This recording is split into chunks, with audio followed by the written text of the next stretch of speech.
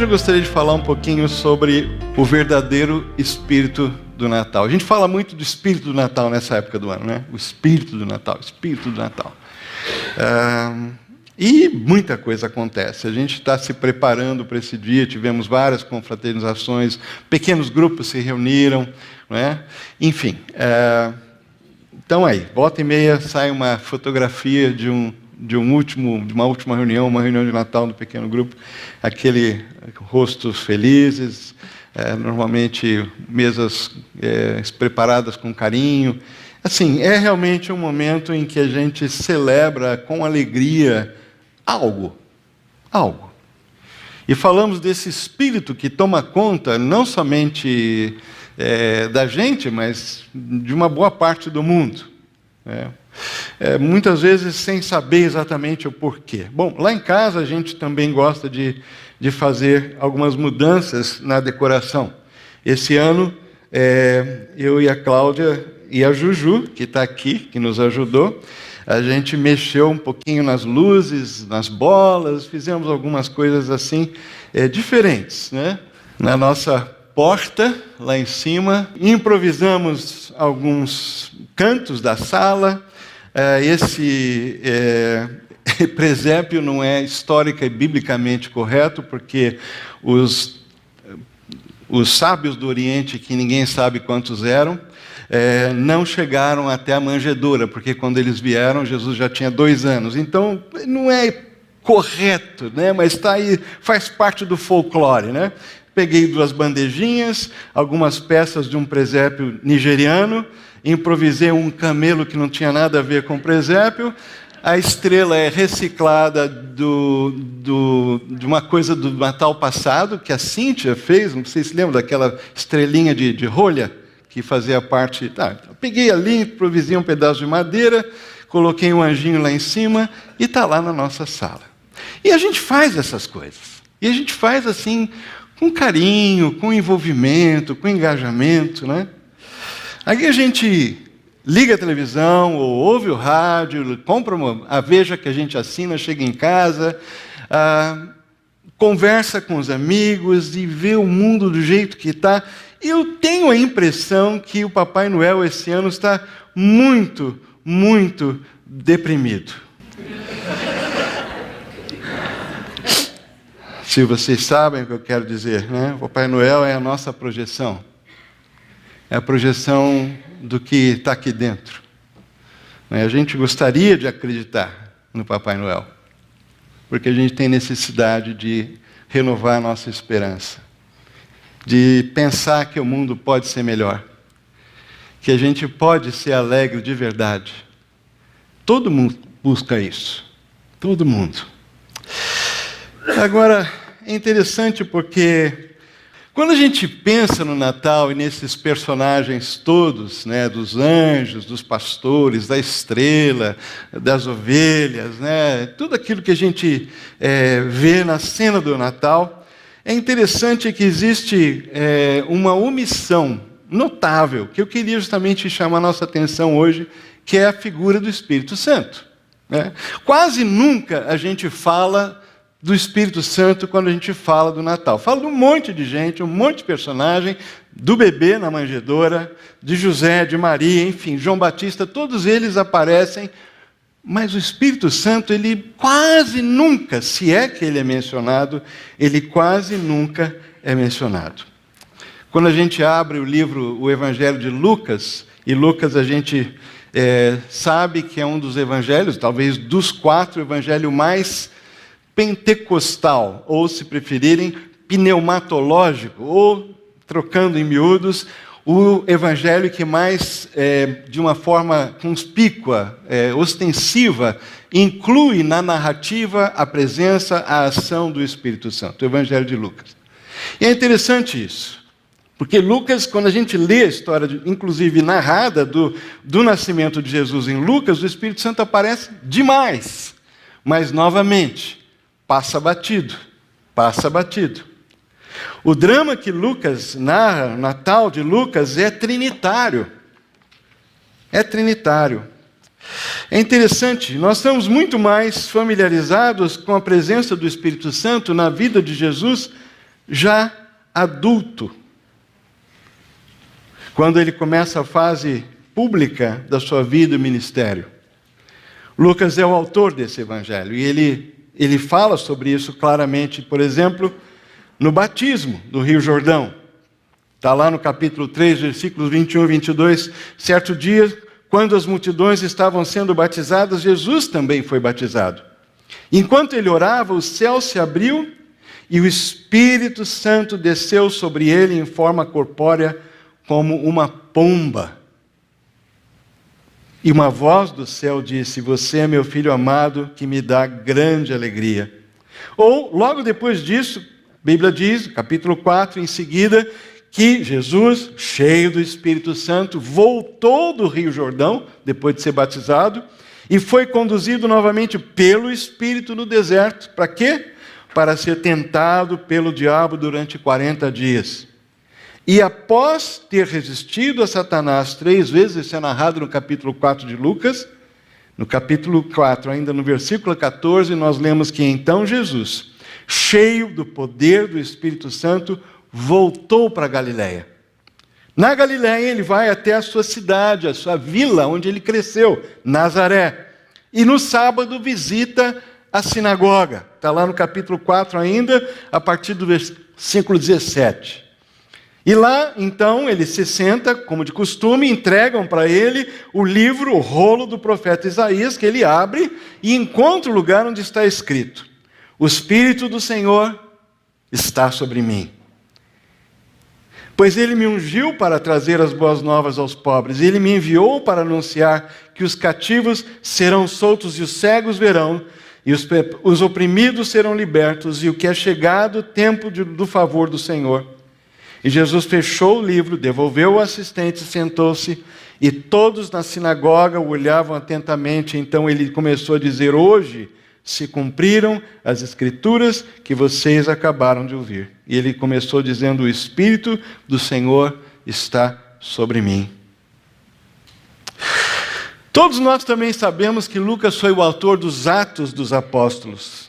Lá, logo no início, no capítulo 2, Lucas descreve, a narrativa de Atos descreve de uma forma dramática a vinda do Espírito Santo sobre aqueles que estavam aguardando dentro de casa, orando, cerca de 120 pessoas, ainda a gente imagina, trancafiadas, com medo dos judeus. Imagina o Espírito entrando, tomando conta daquelas vidas, e eles saem, e o Evangelho é pregado, e só naquele dia 3.000 pessoas se convertem e são batizadas. Nós estamos familiarizados com a ação do Espírito Santo dessa forma, já num momento posterior. Mas Pentecoste não foi o debut do Espírito Santo.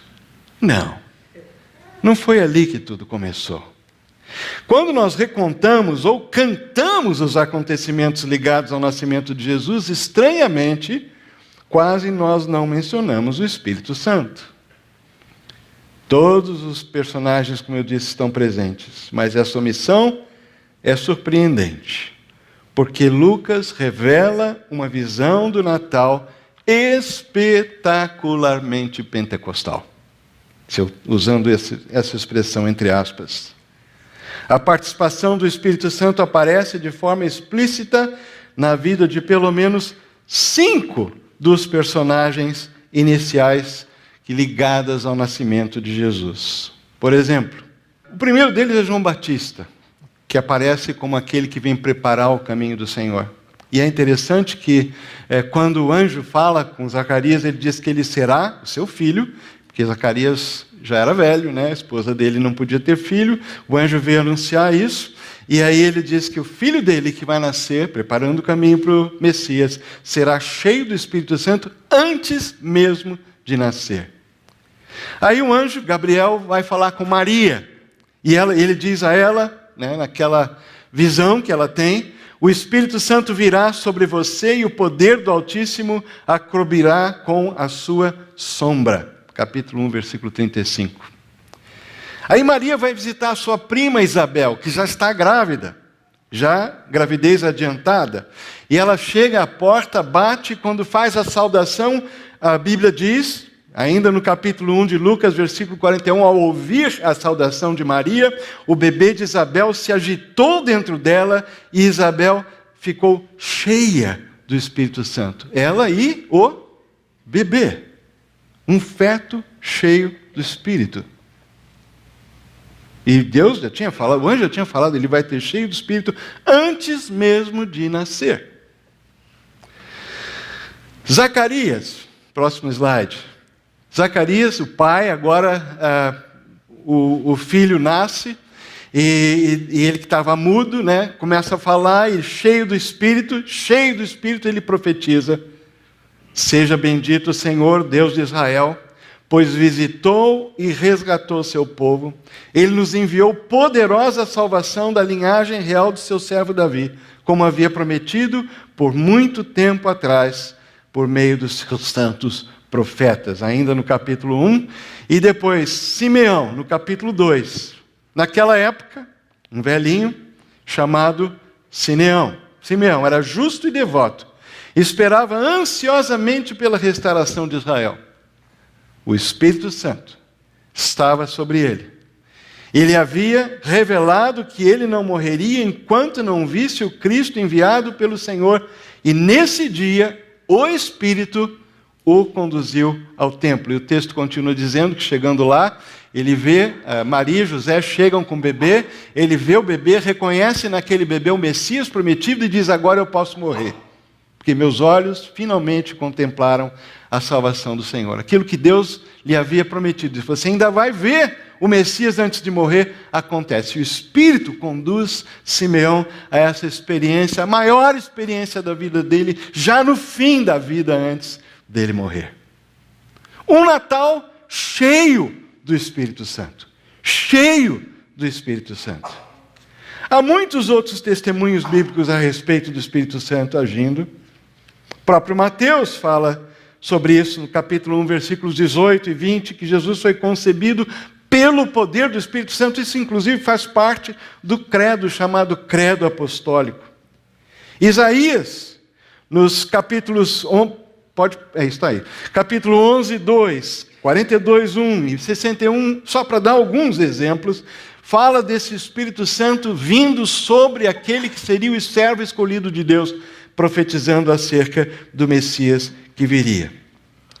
E eu não posso deixar de mencionar que o Novo Testamento, através do apóstolo Pedro, ao se referir aos profetas que previam a vinda do Messias e profetizaram várias coisas específicas sobre esse Messias, eles querendo entender o significado daquelas profecias, olha o que diz a palavra de Deus, que os profetas do Antigo Testamento testemunharam acerca dessa esperança futura, messiânica, da vinda de Jesus Cristo, pelo Espírito de Cristo que neles estava, lá no passado. Ou seja, biblicamente falando, é impossível a gente entender ou olhar para o Natal sem reconhecer a presença, a atividade poderosa do Espírito Santo. E por que isso não aparece nas nossas celebrações? Essa é uma pergunta que nós precisamos responder. O drama do Natal narrado por Lucas, eu disse, é trinitário. Porque ele inclui Deus, o Filho, nascido numa manjedoura, obra do Espírito. Deus, o Pai, que enviou o Filho. Mas também Deus, o Espírito Santo, que estava misteriosamente em atividade nesses diversos lances do drama do Natal. Quando nós contamos a história do Natal, então nós vamos levar em conta essas verdades. E eu queria agora dar um pulo para Gálatas 4, que é o nosso texto-chave. Vamos ler os versículos 4 a 6 juntos, está na tela. Mas, vamos lá? Mas, quando chegou o tempo certo, Deus enviou o seu Filho, nascido de uma mulher e sob a lei, Assim o fez para resgatar a nós que estávamos sob a lei, a fim de nos adotar como seus filhos. E porque nós somos seus filhos, Deus enviou ao nosso coração o Espírito de seu Filho, e por meio dele clamamos: Abba, Pai. Quando nós contamos essa história do Natal na perspectiva desse presente duplo que nós acabamos de ver aqui, Deus enviou seu Filho no tempo certo, nascido de uma mulher, nascido sob a lei, Jesus na manjedoura em Belém. Mas também Deus enviou o seu Filho, o Espírito de seu Filho, ao nosso coração, por meio do qual o Espírito nós clamamos Abba, que significa papai. É uma expressão íntima de chamar, de nos referir, nos dirigir ao nosso Pai. Dois presentes.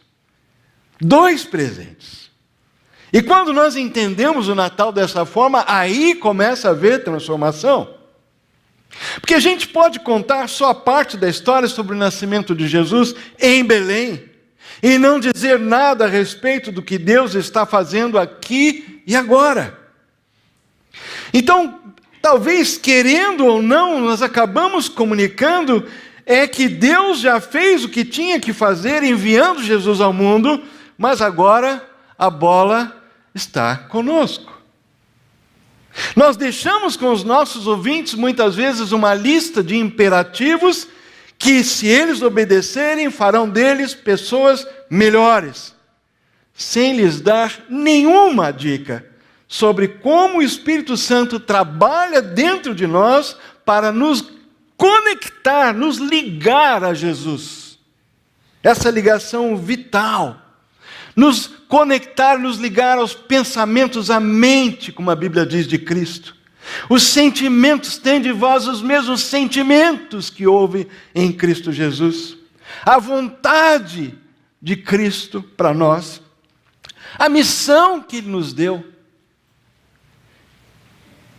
E, sobretudo, nos dar uma experiência diária e maravilhosa do seu amor. É o Espírito que faz isso. Esse é o duplo presente do Natal.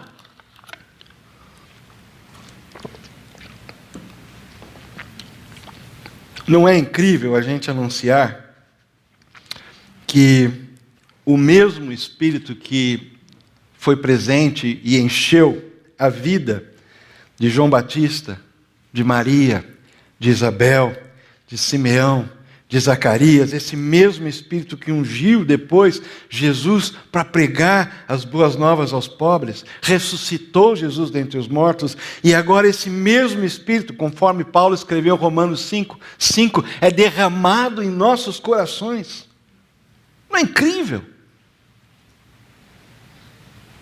O mesmo Espírito que enviou a um povo que aguardava a salvação, o povo de Israel, judeu, sob jugo romano, uma salvação prometida pelos profetas do passado, esse mesmo Espírito que envia esse presente, que faz esse presente, a encarnação de Jesus, é uma obra do Espírito de Deus.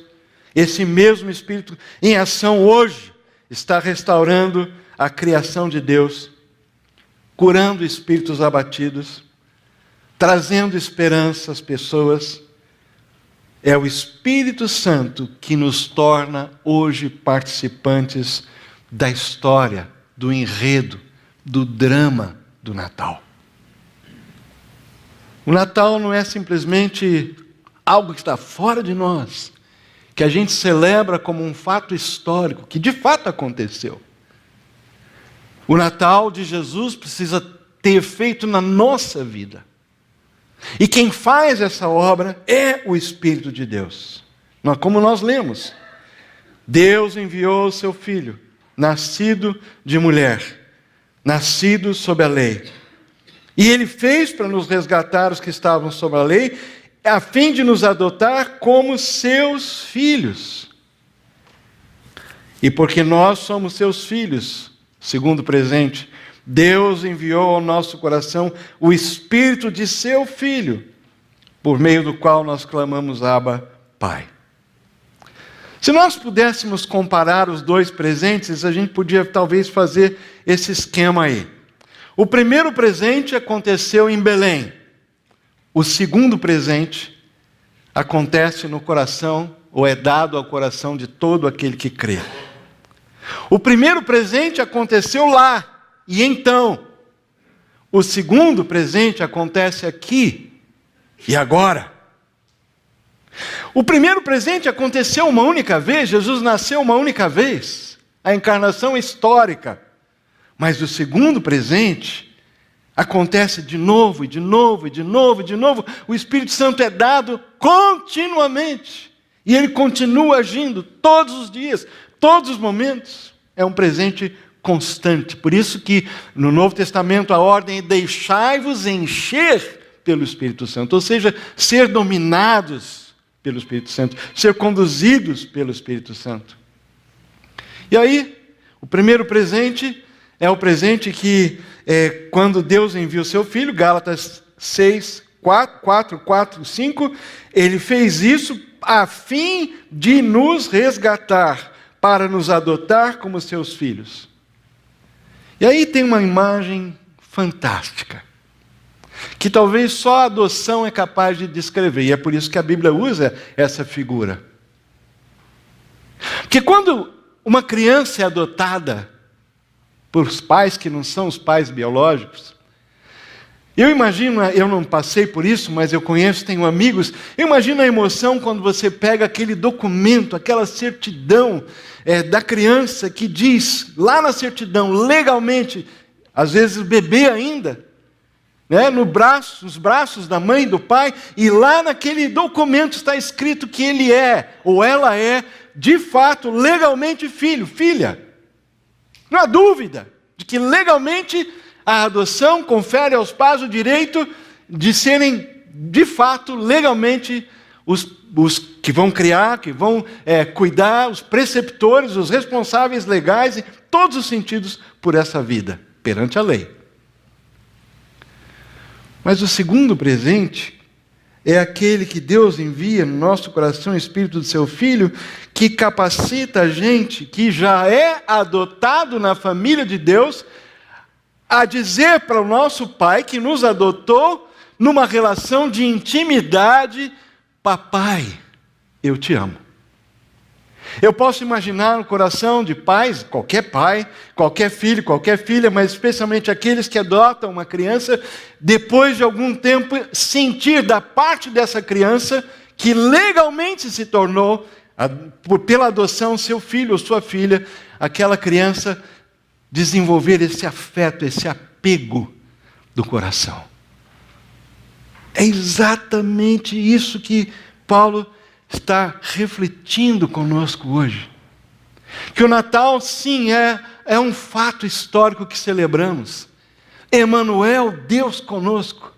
Mas se o Natal fica simplesmente na história, no evento histórico, que foi fantástico, que foi espetacular, se nós não enxergamos que para que o Natal se tornasse verdadeiro e presente na vida desses personagens que nós acabamos de ver aqui, o Espírito precisou fazer isso. Foi o Espírito que envolveu, que engajou, que trouxe João, Zacarias, Simeão, Maria, Isabel. Foi o Espírito Santo que traz essas pessoas para a realidade da bênção, da maravilha, do presente que é e que foi a encarnação de Jesus Cristo. O Espírito Santo, que agiu então, quer agir ainda hoje, na minha vida e na sua vida. Um é o milagre da concepção de Jesus. O outro milagre do Espírito Santo é pegar corações frios, endurecidos, corações que estavam longe, distantes de Deus, e de repente fazer esses corações pulsarem na ternura do amor de Deus. Sentir esse amor e amar Deus dessa mesma maneira. Como é que a gente pode explicar Simeão, esse já homem bastante idoso, senão que o Espírito Santo produziu na sua vida obediência às leis de Deus, conhecimento, perseverança nas Escrituras, porque a oração que ele faz quando encontra Jesus ecoa Isaías dos capítulos 40 até os 55. Impressionante. E uma firme confiança no Deus que prometeu e cumpriu, enquanto ele ainda vivia a promessa messiânica. Incrível. Nós, 1 Coríntios 2:12, fala exatamente isso. Nós que recebemos o Espírito de Deus e não o espírito deste mundo, para que conheçamos as coisas maravilhosas que Deus nos tem dado gratuitamente. Em outras palavras, o Espírito não só preparou o caminho do nosso Salvador até nós, mas ele também nos prepara para desfrutar a presença do Salvador em nossa vida. E aí é que está. Porque muitos cristãos convertidos não têm essa experiência. Muitos cristãos convertidos estão vivendo simplesmente na esfera da história do Evangelho, sem desfrutar o efeito da presença de Jesus na vida, que é algo que só o Espírito Santo pode fazer. Essa é a mensagem, esse é o duplo presente. É aí que a mensagem do Natal ganha vida, de fato, na nossa vida. O primeiro presente é o bebê envolto em panos, deitado na manjedoura em Belém. O segundo presente é o Espírito levando Simeão até o templo para reconhecer no menino Jesus recém-nascido, ali está o Messias prometido, e fazê-lo louvar a Deus por ter conhecido o seu Salvador. Nós temos algumas pressuposições muito comuns sobre o Espírito Santo. Normalmente, preferências. Há aqueles que dizem que o Espírito age normalmente de uma maneira geralmente muito perceptível. Você consegue ver a ação do Espírito. Há aqueles que dizem que não, que o Espírito Santo geralmente trabalha na surdina. Quietinho, quietinho. Outros dizem que o Espírito Santo, quando ele está presente, agindo, haverá espontaneidade, surpresa, emoção. E aqueles que falam que quando o Espírito está agindo, existe ordem, estabilidade, novas ideias, percepções espirituais, teológicas. Alguns dizem que o Espírito trabalha sim, mas trabalha por nosso intermédio. E outros creem que que o Espírito Santo opera complementando o nosso esforço. Expressões como: nós precisamos dar lugar, ou espaço para o Espírito Santo trabalhar, que pressupõe que eu faço um pouco, ele faz um pouco, a gente junta. São maneiras, pressuposições, e nós vivemos com essas pressuposições e elas afetam a nossa vida no dia a dia. Elas afetam a nossa vida no dia a dia. Mas quando nós vemos o Espírito Santo no Natal de Jesus, o que a gente percebe? O Espírito que dá visões, como Maria, o anjo que aparece, ou para Zacarias, sonho, como José. Lindos cânticos poéticos, como, por exemplo, Maria mesmo, no Magnificat. A minha alma engrandece ao Senhor, ou a minha alma bendiz ao Senhor. Ou promessas proféticas sublimes, como foi o caso de Zacarias. Ou o Espírito ajuda um autor como Lucas a fazer uma narrativa ordenada, cuidadosa e inspirada dos acontecimentos da vida e das palavras de Jesus Cristo. E esse mesmo Espírito que toma essa mensagem do Natal e inspira o apóstolo Paulo a nos ensinar uma verdade central de que o Natal ele precisa ter efeito na nossa vida. É o Espírito Santo que nos insere nessa realidade do Deus conosco. É o Espírito Santo no Natal de Jesus, que nós vemos não somente em Lucas, mas em toda a Escritura. O primeiro presente foi o milagre da concepção. Observe, Jesus vem ao mundo pelo risco estatístico da gravidez na antiguidade. A chance do aborto ou da perda era enorme. Ele é alimentado pela placenta de uma criatura que ele mesmo formou. Ele espera 9 meses crescer dentro de um útero humano. E ele é formado por modo assombrosamente maravilhoso, Salmo 139, no interior de sua mãe. Milagre da concepção. O Espírito virá sobre você, o poder do Altíssimo a envolverá. E o ser que você vai gerar não é qualquer um, é o Filho de Deus. Esse é o primeiro presente. A graça de Deus chegando até nós, vulnerável, flutuando em líquido amniótico, formada lentamente no interior do útero de uma jovem do Oriente Médio. Se isso não é milagre, eu não sei o que é. Esse é o primeiro presente.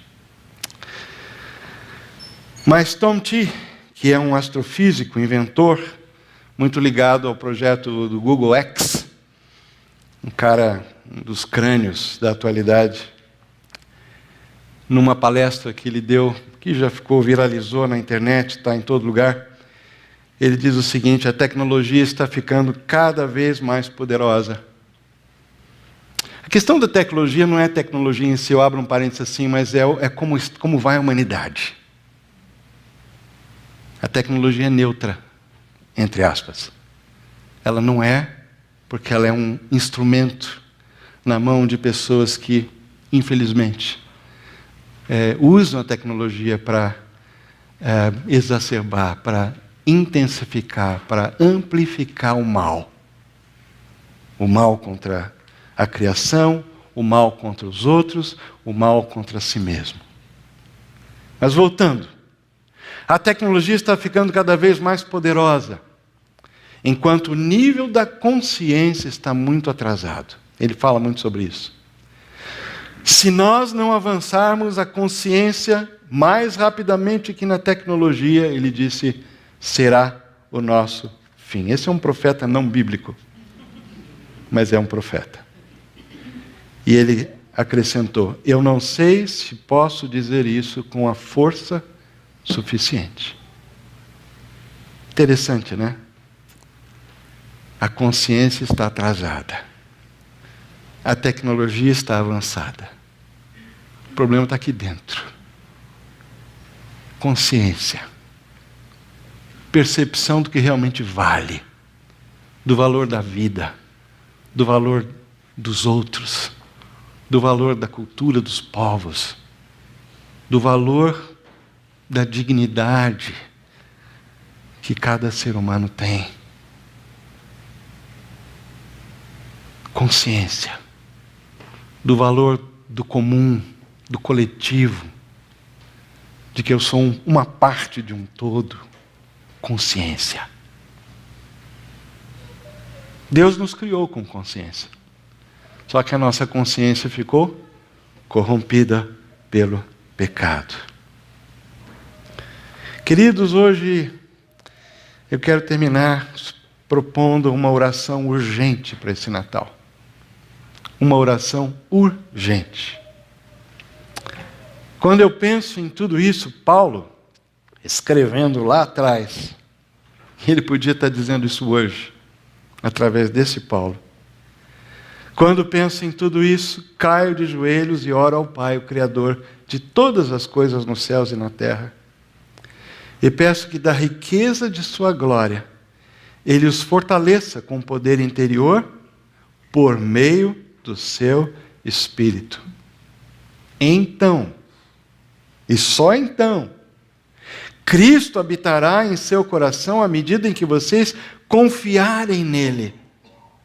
Suas raízes se aprofundarão em amor e os manterão fortes. Eu também peço que, como convém a todo o povo santo, vocês possam compreender a largura, o comprimento, a altura e a profundidade do amor de Cristo. Natal é a expressão de amor. Encarnação é presente do céu. E é um presente duplo. Não é apenas algo que ficou na história para ser celebrado como fato histórico. É um presente vivo, é o Salvador, é o Senhor, é Jesus, é a vida. Eu sou o caminho, eu sou a verdade, eu sou a vida. Que vocês experimentem esse amor, ainda que seja grande demais para ser inteiramente compreendido.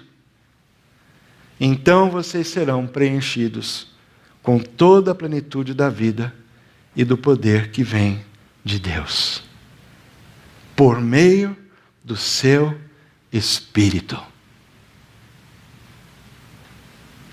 Eu gosto daquele, de vez em quando eu canto sozinho, aquela oração cantada quando diz Espírito, Espírito, Espírito Santo de Deus.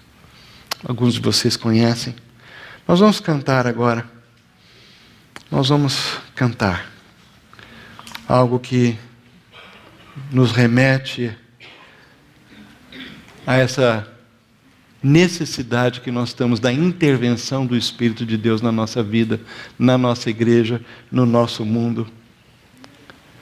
Mas eu queria que a gente levasse para casa esse desafio hoje. Que esse Natal, de alguma maneira, que Deus nos ajudasse a sintonizar com Jesus Cristo no nosso coração, através do Espírito que habita em nós, que é um presente duplo de Deus. Esse Espírito, porque nós fomos adotados na família de Deus, esse Espírito que no nosso coração testifica que nós somos filhos, esse Espírito que diz, vocês foram adotados, então usufruam desse relacionamento íntimo com o Pai. Esse é o presente do Natal. É a possibilidade de dizer, papai, meu pai querido, como o Senhor me ama, como eu sinto esse amor. Eu quero devolver um pouco desse amor que eu sinto. Eu quero entender mais o que o Senhor faz, tudo isso que isso representa para mim, para o mundo. Eu quero entender o que o Senhor quer fazer na minha geração. Eu quero fazer parte da tua missão hoje. Senhor, me ajuda. Nesse Natal, abra o meu entendimento. Que teu Espírito me ajude a enxergar a dimensão do teu amor. E o que isso significa para mim? E para as pessoas que estão ao meu redor, que vão sentar comigo à mesa, que vão me dar presente, ganhar presente de mim. Senhor, abre o meu coração com o teu Espírito para eu enxergar, viver, experimentar isso de uma maneira tão forte, tão profunda, quanto Maria, Isabel, Zacarias, João Batista e Simeão. Esse é o presente que Deus quer renovar na nossa vida nesse Natal. Amém? Senhor, que assim seja. Pedimos isso no nome de Jesus.